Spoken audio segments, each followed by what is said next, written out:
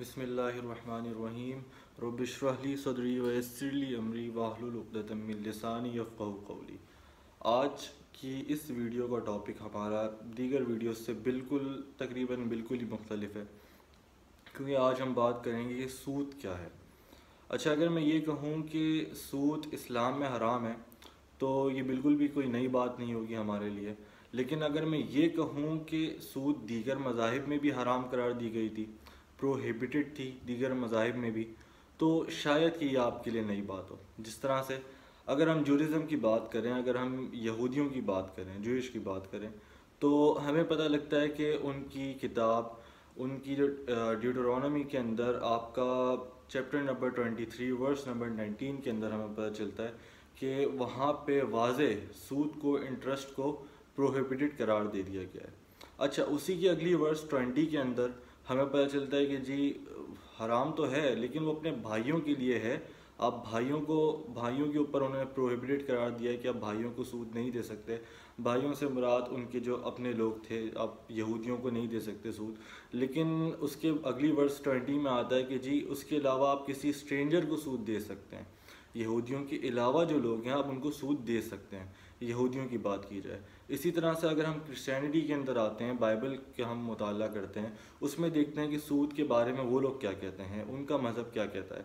तो हमें पता चलता है कि जी वहाँ पे भी सूद को प्रोहिबिटेड करार दे दिया गया है, वहाँ पे भी सूद अलाउ नहीं है। वो भी इस एक्सट्रीम पे चले गए थे, बल्कि वो तो काफ़ी एक्सट्रीम पे गए थे सूद के मामले में।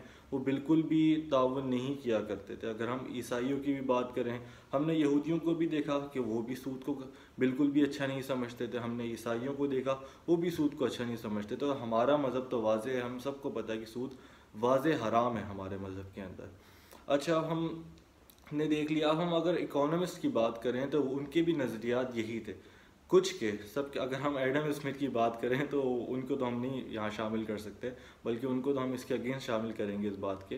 तो अगर हम यहाँ पे बात करें तो कई इकोनॉमिस्ट भी थे, तो वो भी सूद के ख़िलाफ़ खड़े हुए थे। इसी तरह से अगर हम फ़िलासफ़र्स की बात करें, अगर हम एरिस्टोटल की बात करें तो वो भी सूद के, उन्होंने भी ख़िलाफ़ बात की थी।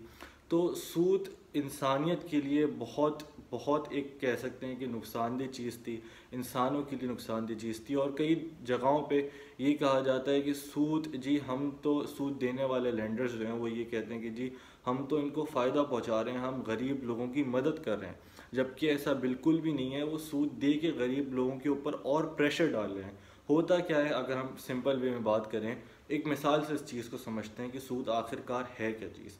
फ़र्ज़ करें मैंने बैंक के अंदर 1 लाख रुपए जमा करवाए। अब मैंने कहा कि जी मुझे 10% से इसके ऊपर इंटरेस्ट दे दीजिएगा। अब देखें, पहले अगर हम पैसे की बात करें, मनी की बात करें, ये क्या है, ट्रांसफ़र ऑफ वैल्यूज़। मैंने आपको मैंने कोई चीज़ ख़रीदनी है, मैंने उनको पैसे दिए, बदले में मैंने उनकी चीज़ ख़रीद ली। मुझे कोई सर्विसेज लेनी है, मैंने पैसे दिए, बदले में मैंने सर्विसेज ले ली।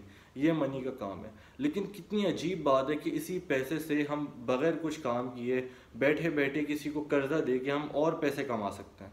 इसी पैसे से हम डबल करते करते बहुत ज़्यादा पैसे कमा सकते हैं। कितनी अजीब बात है। वही अभी हम बैंक वाली मिसाल से समझ रहे हैं कि मैंने बैंक के अंदर पैसे जमा करवाए। मैंने कहा जी 1 लाख रुपए मैंने जमा कराए।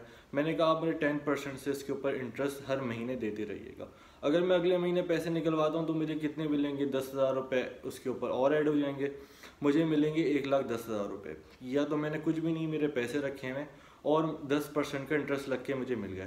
तो क्या हुआ, मुझे 10% जो मिला है वो क्या है, वो सूद है जो मुझे मिला है। लेकिन हम बात करें सूद की तो ये बहुत कह लेंगे कॉन्ट्रैक्ट डेफिनेशन है। ये एक उसकी कोई प्रॉपर डेफिनेशन नहीं है जो अभी हमने जिस चीज़ की बात करी। ना ही मैं उस लेवल पे जा रहा हूँ। अभी हम बिल्कुल बेसिक लेवल के ऊपर बात कर रहे हैं कि हमें समझ आ जाए सूद है क्या, और ये भी समझ आ जाए कि सूद सिर्फ हमारे मज़हब में ही हराम नहीं है, बल्कि दीगर मज़ाहिब में भी इसको गलत करार दे दिया गया था। और कई इकोनॉमिस्ट भी इससे इख्तलाफ करते हैं और कई फ़िलासफ़र्स भी इससे इख्तलाफ करते आए हैं, और ये इंसानियत के बिल्कुल अगेंस्ट है। तो ये एक बेसिक सी नॉलेज थी। और इंशाअल्लाह ताला इसको और भी इसको नाम दिए गए थे। जैसे हम इंटरेस्ट, सूद तो हम कहते ही नहीं है डायरेक्टली, कुछ लोग इंटरेस्ट कहते हैं, कुछ लोग इसको प्रॉफिट का भी नाम दे देते हैं, सरप्लस का भी नाम दे देते हैं। अच्छा, मेरी इस बात को, प्रॉफिट वाली जो बात थी, इसको बिल्कुल भी रिबा से लिंक ना किया जाए। वो एक अलग टॉपिक है, वो बिल्कुल डिफरेंट टॉपिक है, और उस पर मेरा कोई ओपिनियन नहीं है फ़िलहाल कि रिबा सही है गलत है क्या है, उस पर मेरा कोई भी ओपिनियन नहीं है, ना उसके बारे में मेरी इतनी रिसर्च है।